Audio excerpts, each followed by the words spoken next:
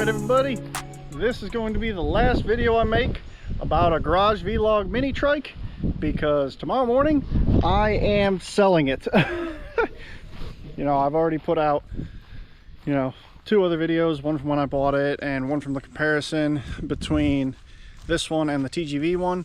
If you haven't already seen those, you should check those out, but that's mostly why I'm making this one, is for people who haven't seen those and for people who are specifically looking for a review just on the garage vlog one. Overall, it's just been a disappointment for me.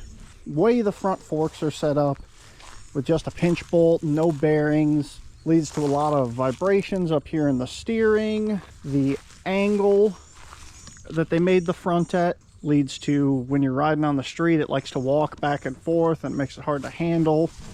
The welds on the dang thing, you can see, are kind of boogered and all over the place and half done in a bunch of places. You can see all the pores and grind marks down there. All the components that they used are the cheapest you can buy off eBay. They advertise it as being the best and the most expensive components because you're buying a, you know, a SEMA quality trike, and then you have a super cheap brake master cylinder and a tiny rear caliper on here that barely hits on half the rotor. Single piston, you can see that right there. Just the general build quality is just a disappointment on these things. You can see they didn't even space out this correctly, so when they tightened down the washer, it pinched that. You see in the bottom it doesn't. Maybe they left a washer in there, or they just didn't tighten that one as much as they tightened the other one. I don't know, I've never adjusted them. So the road manners on it aren't great, the brakes aren't great. The ghost motor is the ghost motor, so that's cool. The exhaust has absolutely no header support, so I keep having these 2 bolts come loose, and I know eventually it's going to break because the entire time it's running it just shakes up and down and just bounces. If you were, like me, considering a TGV mini trike, I would not recommend it.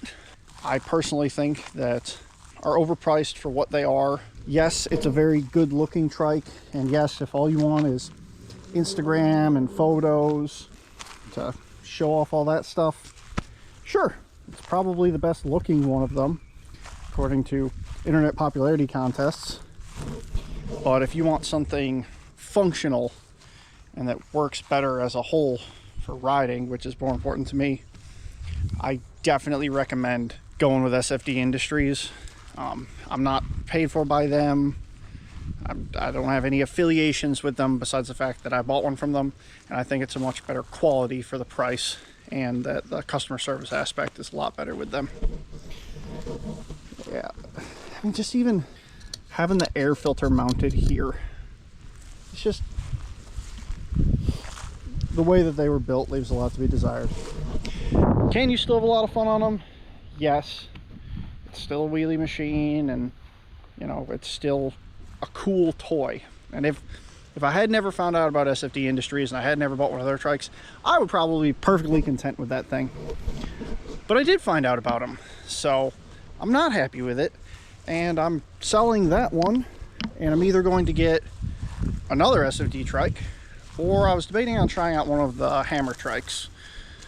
Someone commented on one of my videos before and said that this gentleman, Alex Cunningham, I hope I said his name right, makes a trike called a hammer trike, and those look pretty cool. So I kind of want to try one of them. I guess, yeah, drop a comment, let me know if you think I should just get another custom SFD one or try out the hammer trike. I'm gonna try and keep this video brief, so I hope this helps out some other people who are considering buying a garage vlog mini trike. Y'all take care.